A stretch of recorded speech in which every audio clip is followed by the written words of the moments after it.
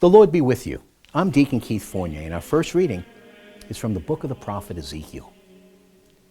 He brought me back to the entrance of the temple, where a stream flowed eastwards from under the temple threshold, for the temple faced east. The water flowed from under the right side of the temple, south of the altar. He took me out by the north gate and led me right round outside as far as the outer cast gate, where the water flowed out on the right-hand side. He said, "This water flows east, down to the Arabah and to the sea. And flowing into the sea, it makes its waters wholesome. Wherever the river flows, all living creatures teeming in it will live. Fish will be very plentiful. For wherever the water flows, it brings health. And life teems wherever the river flows. Along the river on either bank will grow every kind of fruit tree, with leaves that never wither, and fruit that never fails. They will bear new fruit every month, because this water comes from the sanctuary. And their fruit will be good to eat, and the leaves medicinal." And our response is from Psalm 46. "So we shall not be afraid, though the earth be in turmoil, though mountains tumble into the depths of the sea, and its waters roar and seethe, and the mountains totter as it heaves. Yahweh Sabaoth is with us, our citadel, the God of Jacob. God is in the city, it cannot fall. At break of day, God comes to its rescues. Nations are in uproar, kingdoms are tumbling. When he raises his voice, the earth crumbles away. Come, consider the wonders of Yahweh, the astounding deeds he has done on the earth. He puts an end to wars over the whole wide world. He breaks the bow, he snaps the spear, shields he burns in the fire."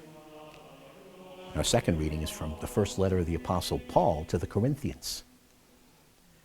"After all, we do share in God's work. You are God's farm, God's building. By the grace of God which was given to me, I laid the foundations like a trained master builder, and someone else is building on them. Now each one must be careful how he does the building. For nobody can lay down any other foundation than the one which is there already, namely Jesus Christ. Do you not realize that you are a temple of God, with the Spirit of God living in you? If anybody should destroy the temple of God, God will destroy that person, because God's temple is holy, and you are that temple." A reading from the Holy Gospel according to St. John. When the time of the Jewish Passover was near, Jesus went up to Jerusalem. And in the temple he found people selling cattle and sheep and doves, and the money changers sitting there.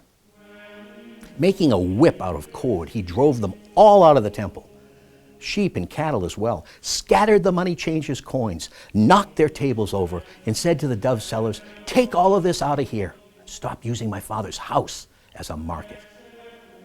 Then his disciples remembered the words of Scripture, "I am eaten up with zeal for your house." The Jews intervened and said, "What sign can you show us that you should act like this?" And Jesus answered, "Destroy this temple, and in 3 days I will raise it up." The Jews replied, "It's taken 46 years to build this temple. Are you going to raise it up again in 3 days?" But he was speaking of the temple that was his body. And when Jesus rose from the dead, his disciples remembered that he had said this, and they believed the Scripture and what he had said. The Gospel of the Lord.